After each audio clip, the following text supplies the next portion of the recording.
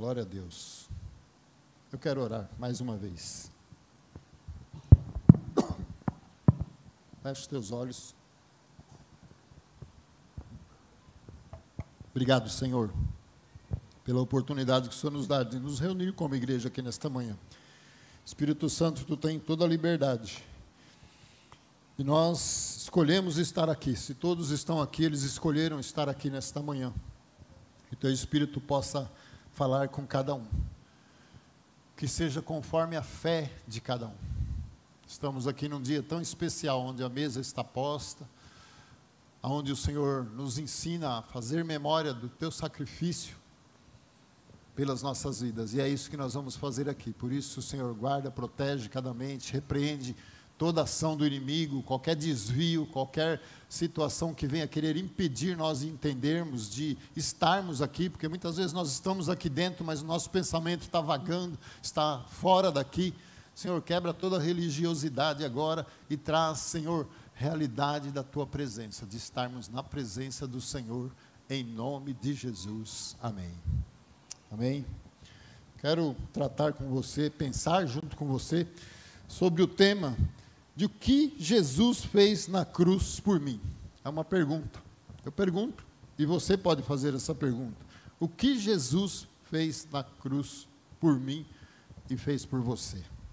Eu vou usar o texto de Colossenses 1, 13 e 14, que diz assim: pois Ele nos resgatou do domínio de trevas, do domínio das trevas, e nos transportou para o reino do seu Filho amado, em quem nós temos a redenção, a saber, o perdão dos pecados. Essa é a obra de Cristo na minha vida e na sua vida. Um fato inesquecível. Não tem como apagar isso, não adianta você pensar que você pode apagar isso, porque nós não temos como apagar. A obra realizada por Cristo na cruz é a maior expressão de Deus pela minha vida e pela sua vida. Isso nós precisamos entender melhor, a gente precisa lembrar disso melhor, né? Nós paramos mês a mês aqui no momento de ceia, e isso não pode ser somente mais um momento, tem que ser refletido, fazer memória, lembra disso. E às vezes com tanta correria, com tanta coisa que nós estamos fazendo, com tantas coisas que nós nos preocupamos, nós esquecemos desta obra, nós esquecemos de lembrar por que nós estamos aqui, para que nós estamos aqui, qual foi o propósito de Deus. Eu tenho certeza que é de glorificar o nome dEle nas nossas vidas. Apóstolo Paulo, escrevendo ao Romanos, declara que Deus prova o seu próprio amor para conosco, pelo fato de ter Cristo morrido por nós, sendo ainda pecadores. Então a obra começa, a obra aí. Somos tão especial para Deus, irmãos, você é especial. Deus te trouxe nesta manhã aqui para falar para você que você é especial para Deus. Deus, Ele te ama tanto. Se você conseguisse entender melhor esse amor de Deus pela sua vida, você ia se posicionar melhor na sua vida. Não pense que Deus não te ama, Ele te ama e te ama muito, a ponto de entregar a vida do Filho dEle em prol das nossas vidas. Você é especial. Por nos amar, Jesus deixou a sua glória, o seu trono, esvaziou-se, tornou-se homem, servo, foi perseguido pela sua vida, foi preso, foi humilhado.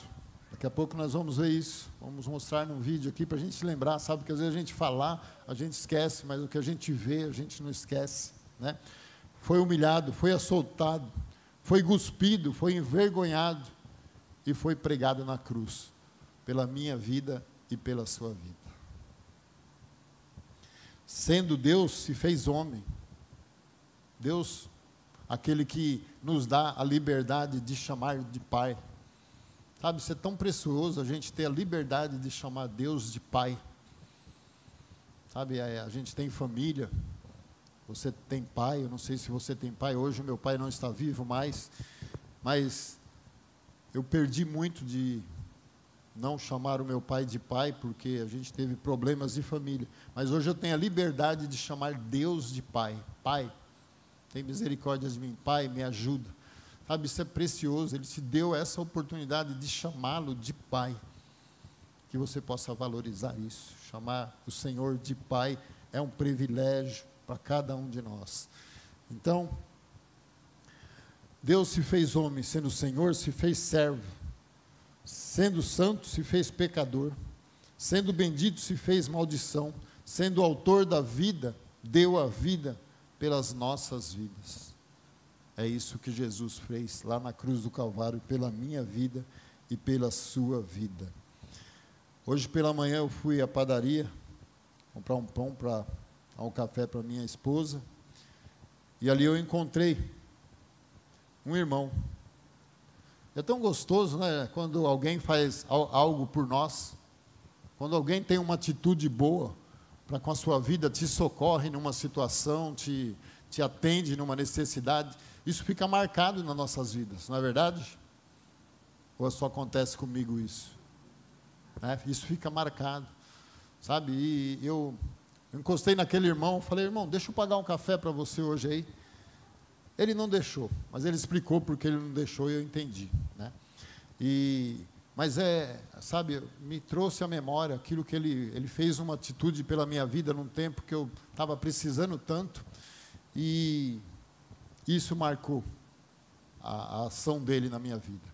E a ação de Deus na minha vida e na sua vida precisa ficar marcada, sabe? Tudo isso que nós lemos aqui foi o que Deus fez por nós, e às vezes nós esquecemos disso, sabe? O sacrifício, suar gotas de sangue, entregar a vida do seu Filho amado na cruz do Calvário pelas nossas vidas. E parece que isso está perdendo o valor, parece que isso está passando. Eu sei que a gente tem dificuldades, tem necessidades, passa por provações, mas o Senhor nunca nos abandonou, Ele sempre esteve comigo e com você, em todos os momentos. Como você tem respondido a Deus por todos esses benefícios? Olhando para o texto de Paulo, escreveu em Colossenses, podemos enxergar a obra do amor de Cristo realizada, que Cristo realizou lá na cruz do Calvário. E aí tem 3 pontos que eu vou pensar aqui, que é os que nós já lemos. Deixa eu só tentar baixar aqui. O primeiro dele é que Ele nos libertou. Paulo diz, Ele nos resgatou do domínio, do império das trevas. Ele nos resgatou, nós fomos resgatados. Eu e você fomos resgatados. A recompensa que haveríamos de receber vão além das realizações individuais ou méritos pessoais das nossas vidas, sabe? A gente estava morto e viemos para o mundo de luz. O Senhor nos transportou, depois nós vamos ver isso. Paulo aqui mostra que que nós realizamos verdadeiramente apenas em Cristo Jesus. Nós nos sentimos realizados somente em Cristo Jesus. Nós nos sentimos satisfeitos somente em Cristo Jesus. Aqui nesse mundo nós trabalhamos, nós ganhamos dinheiro, nós conquistamos coisas, mas isso é num dia, no outro dia parece que acabou tudo. Tempo atrás, eu troquei de carro, fiquei feliz num dia, no outro dia, parece que eu estava necessitado de algo, e o que eu estava necessitando era de Cristo Jesus na minha vida. É Ele que me sustenta, é Ele que me satisfaz, é Ele que satisfaz a minha e a sua vida. Então, é isso que nós precisamos pensar. Ele nos resgatou, nos libertou. O verbo libertar significa salvar, libertar de algum tipo de escravidão. Nós éramos escravos e hoje nós somos libertos. O verbo libertar também significa livrar do perigo. Nós fomos livres do perigo, hoje nós temos liberdade, nós somos livres para servir, para adorar ao Senhor. E nós conhecemos as nossas vidas, né? Quem nós éramos antes de conhecer a Cristo Jesus? Quem você era antes de conhecer a Cristo? E hoje as suas ações têm mudado por causa do amor de Cristo. Isso tem feito a diferença na sua vida. A palavra império significa autoridade e poder. Império aqui significa uma referência de governo maligno de Satanás, um reino perverso, a qual cega os homens de tal forma que a luz gloriosa do Evangelho não possa penetrar em suas mentes. Era assim com nós éramos cegos, hoje nós temos os nossos olhos abertos, sabe? O Senhor abriu os nossos olhos, a nossa vida espiritual, a nossa vida de família, a nossa vida hoje tem um norte melhor. Nós temos um estilo de vida saudável, guiado pela palavra do Senhor. Amém?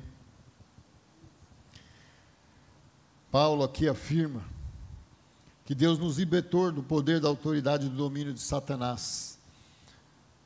Tinha sobre ele a nossa vida. Essa expressão libertou confirma que a obra da libertação foi absolutamente consumada por aquilo que Jesus fez na cruz do Calvário.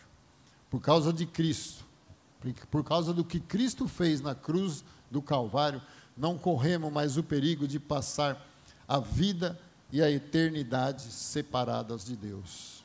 Por causa do sacrifício do Senhor, nós não corremos mais o risco de perder a nossa salvação, se nós nos mantermos firmes no Senhor, caminhando no Senhor, caminhando na graça do Senhor e obedecendo os mandamentos do Senhor, nós não corremos o risco de ficarmos separados e perdermos o direito de eternidade, um direito que o Senhor nos deu lá na cruz do Calvário. Antes da obra de Cristo na cruz, por causa do pecado, estávamos sob o domínio, sob o império das trevas, na casa do valente, presos e acorrentados, cegos e oprimidos. Porém, por nos amar, Jesus invadiu a casa do valente, saqueou o império das trevas e nos libertou da escravidão que vivíamos. Isso é que Ele fez por nós, através da cruz do Calvário. Deus, por meio de Cristo Jesus, abriu os nossos olhos, tirou as correntes que nos prendia, abriu as portas que nos trancava nesse reino de escravidão e nos fez sair para uma vida de liberdade. Você tem liberdade para viver com Cristo Jesus, para expressar o amor de Cristo Jesus para outras pessoas, para servir o Senhor e servir outras pessoas. Para isso a igreja foi chamada para servir com o amor de Cristo Jesus. Amém? Então os nossos olhos foram abertos.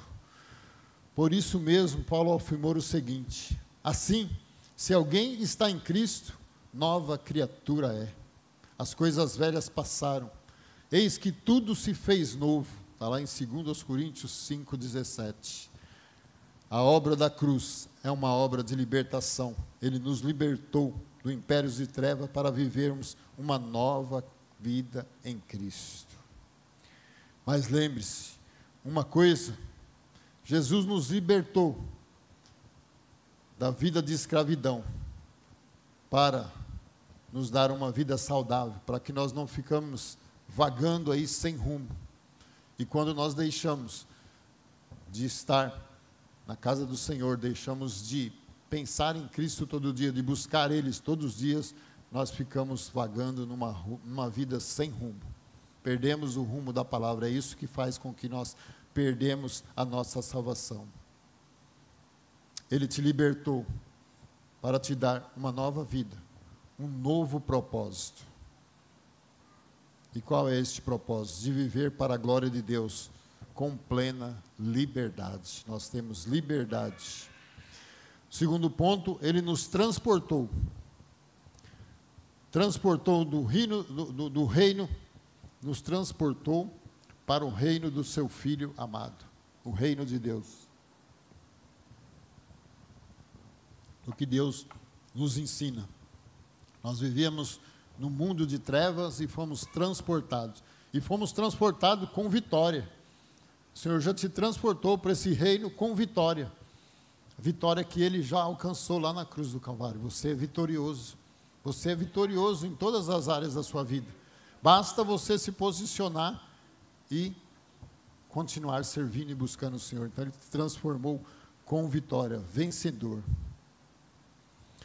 Entretanto, em termos espirituais, esse translado tem 4 características. Vamos pensar aqui nessas 4 características. É um translado do poder de Satanás para o senhorio de Cristo. Ele se tornou Senhor da sua vida. E quando Ele se torna Senhor da sua vida, você deve obedecê-lo. E a obediência gera bênção. Obedecê-los em todos os sentidos, em todas as áreas da sua vida. Tudo que você fizer deve glorificar o nome do seu Senhor. A sua ação no seu dia a dia, no seu trabalho, onde você estiver, tem que glorificar o nome do Senhor. É um translado do império das trevas para o reino de luz. Já disse isso. Hoje você tem luz da palavra de Deus para te guiar para todas as situações, para todas as necessidades da sua vida. Basta você buscar isso na palavra do Senhor. Se você tem uma dificuldade, um problema, vai na palavra do Senhor. Busque na palavra, busque conselho, como fomos aqui orientados nos 21 dias. Busque conselho com pessoas que você caminha, que você tem liberdade, sabe? Isso não é ruim não, isso é bom, é bênção. Né? Provérbios fala sobre a multidão de conselheiros, é bom que você busque conselho. É um translado de escravidão para a liberdade. Você tem liberdade de falar com seu Deus quando quiser, na hora que quiser. Você tem liberdade de falar do amor de Cristo aonde quiser e como quiser. Deus te deu liberdade para fazer todas as coisas até, com prudência, com sabedoria. Não é uma liberdade mundana, é uma liberdade que tenha propósito, que tenha fundamento, que tenha direcionamento, que é na palavra do Senhor. É um translado de condenação para a remissão de pecados. Nenhum pecado pode ser acusado contra você. Jesus vai nos renovar hoje aqui essa aliança para um novo mês eclesiástico. Todos os dias o Senhor renova a aliança dele com você. E às vezes é difícil entender, né? Porque às vezes a gente erra num dia, aí no outro dia você fica se culpando pelo que já passou. Eis que fez todas as coisas novas. O Senhor renova a minha vida e a sua vida todos os dias. Então não deixe, as coisas velhas já se passaram, ficaram para trás. Não deixe impedir hoje você de caminhar com a sua vida, de caminhar com a sua família, de caminhar com o seu ministério, de caminhar com liberdade em Cristo Jesus. Vemos muitos exemplos dessa experiência de translados nas narrativas do Evangelho. Quem não se lembra de Zaqueu? E assim acontece com a gente. Você lembra quem era você e quem é você hoje. O Senhor te tirou do mundo de treva e trouxe para o mundo de luz. Zaqueu recebeu Jesus em sua casa. Fez lá, todos conhecem essa história, ofereceu um jantar a Jesus. E ali diante de amigos, de família, de convidados, resolveu tomar uma decisão, entregar a sua vida para Cristo.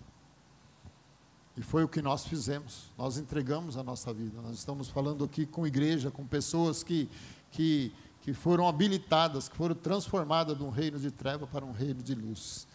E o que Zaqueu fez depois disso? Ele trilhou um novo caminho. E é isso que nós precisamos trilhar, um novo caminho, uma nova vida.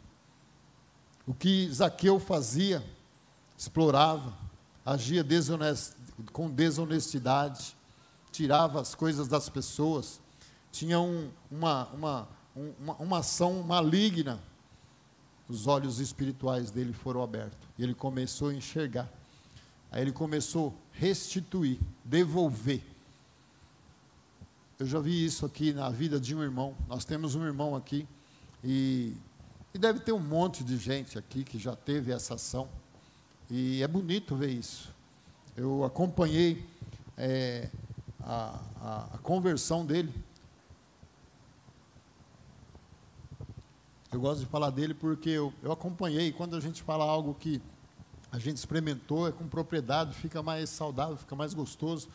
E já vi isso na vida de outros irmãos também, mas desse me marcou algumas ações. Ele tinha uma vida totalmente fora dos princípios do Senhor, e ao se converter aqui conosco, nós acompanhamos essa conversão, internamos ele numa casa de recuperação e mais alguma coisa, e ele, assim que ele se converteu, conheceu a palavra, ele começou a restituir tudo aquilo que ele fazia de errado, ele começou a colocar em ordem.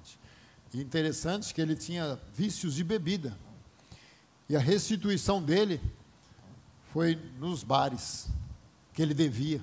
Tinha conta no bar, porque conta de bar, né, você sabe, né, ela aumenta. Quem já passou por aí um dia sabe que quando você tem conta em boteco, você gasta 10, o cara marca 20 lá. Eu sei disso porque eu já trabalhei também nisso aí. E ele foi restituir lá, procurar cada lugar que ele devia. Inclusive ele tinha um empréstimo pessoal, devia para uma pessoa, e essa pessoa tinha um comércio em Jandira, e essa pessoa faleceu, mas ele foi lá e pagou para o filho que continuou no comércio, sabe? Ele foi ali, entrou essa prática na vida dele. Isso precisa acontecer conosco também. Então, Jesus nos libertou de tudo. Ele tem o poder de fazer isso nas nossas vidas. Então, nós também temos que ter. Então, Zaqueu restituiu, né? Ele saiu de um reino de treva para um reino de luz. Antes estávamos no império de trevas, sob o domínio cruel do opressor Satanás. Antes andávamos no cativeiro do diabo, acorrentados pelo pecado. Agora estamos livres, libertos e salvos pela obra de Cristo na cruz do Calvário. Não fomos apenas libertos do império das trevas, mas também transportados para um reino de luz. Terceiro ponto, ele nos redimiu. Paulo diz, nós temos a redenção. Aqui o verbo redimir significa libertar de um prisioneiro, mediante ao pagamento de um resgate. Redenção significa comprar de volta. O Senhor nos comprou de volta. O plano de Deus era tão lindo, quando Deus criou o homem e a mulher, o inimigo entrou, tentou roubar, mas Deus foi lá, enviou Jesus e nos resgatou, trouxe nós de volta para a vida eterna, para o direito de um reino eterno.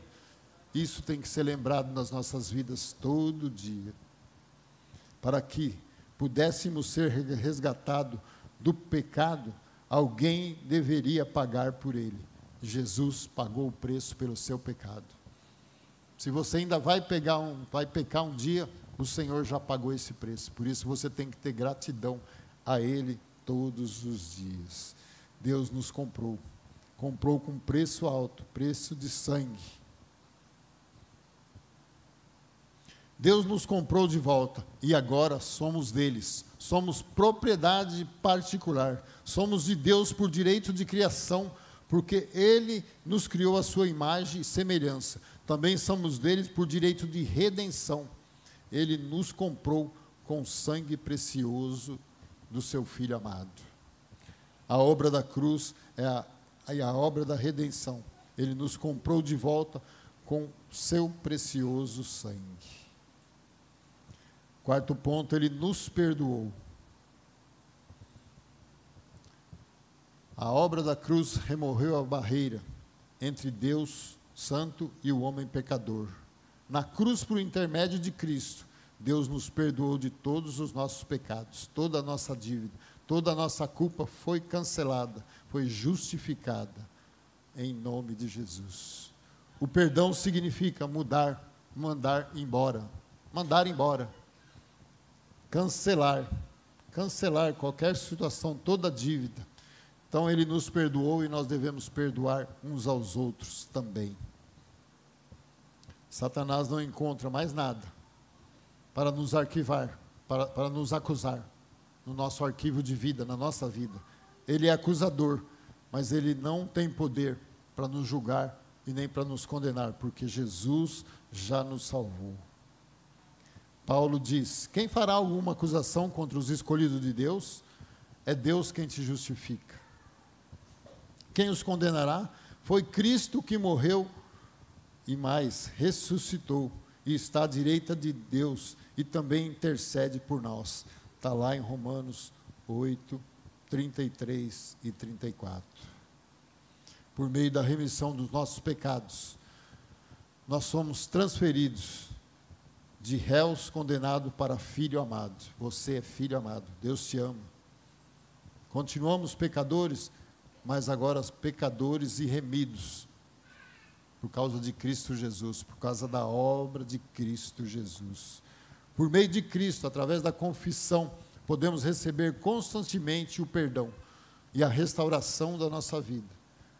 O perdão, previamente, o caminho para um novo relacionamento com Deus. A obra da cruz, a obra do perdão. Ele nos perdoou dos nossos pecados. É Ele que pode fazer alguma coisa por nós. É Deus que nos justifica. Então isso tem que ser lembrado num momento como hoje, de ceia, um momento tão especial, onde o Senhor lembra para a gente fazer memória do sacrifício dele na cruz. O que Jesus fez na cruz nunca pode ser apagado da história, mas o efeito da sua obra pode ser apagado dentro dos nossos corações, se nós não correspondermos o seu amor por ele, o seu chamado. Pense nisso nesta manhã.